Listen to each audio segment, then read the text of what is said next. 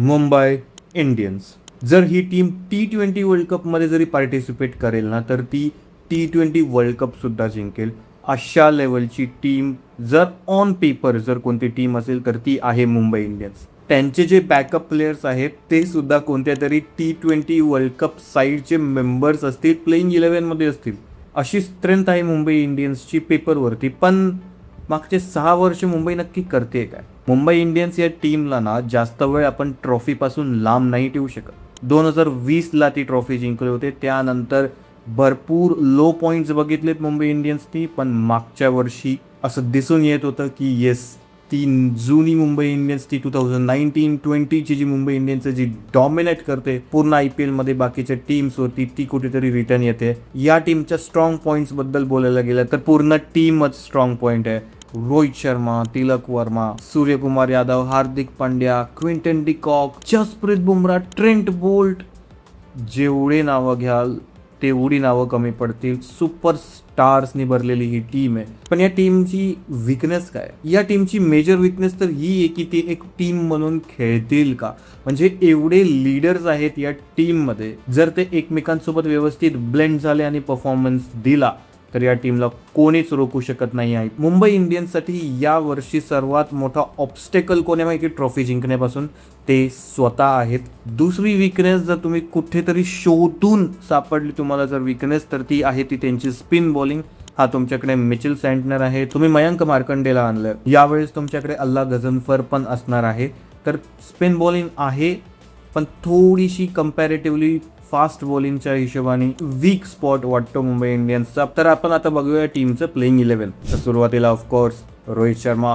Quinton de Kock open करेल यावेळेस. त्यांनी क्विंटन डिकॉकला एक स्टील डीलमध्ये IPL मिनी ऑप्शनमध्ये घेऊन आले यावेळेस. रॅन रिकल्टनची जागा क्विंटन डिकॉकनी साऊथ आफ्रिकाच्या टीममध्ये सुद्धा खाल्ली, इकडेही खाल्ली आहे.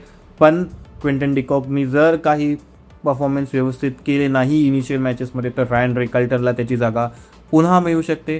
3 नंबरवरती ऑफकोर्स तिलक वर्मा, 4 वरती सूर्यकुमार यादव, 5 वरती कुंगफू हार्दिक पांड्या. जर या टॉप 5ने फायर केलं तर बाकीच्या टीम्सचं सगळं संपलंय.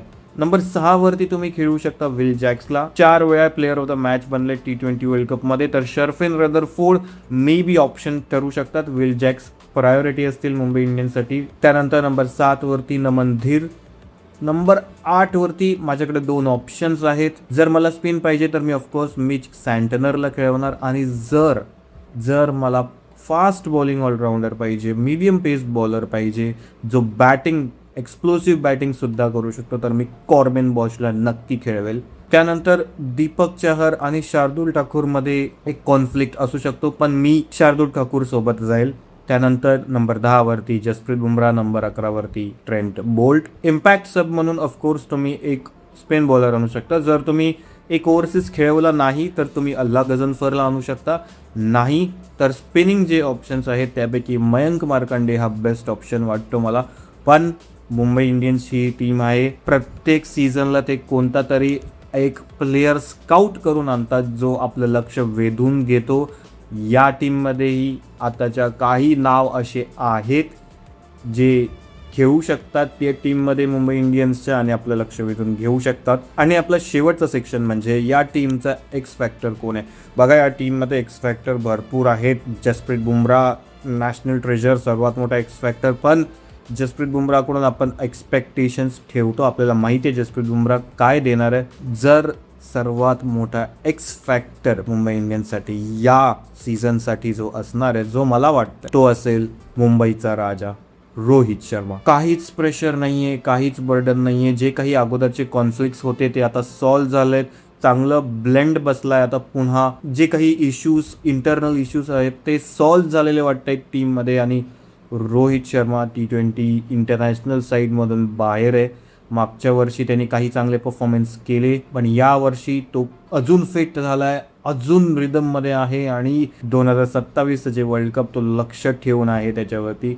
IPL हा कुठे ना कुठेतरी एक ऑडिशन असणार आहे त्यासाठी. जरी हा T20 फॉर्मॅट असला तरी तुम्ही कोणत्या रिदममध्ये आहात, तुम्ही कोणत्या फ्लोमध्ये आहात, तुमची फिटनेस काय हे खूप दिसून येतं. म्हणून मुंबई इंडियन्सच्या या सीझनसाठी एक्स फॅक्टर माझ्यासाठी असेल रोहित शर्मा.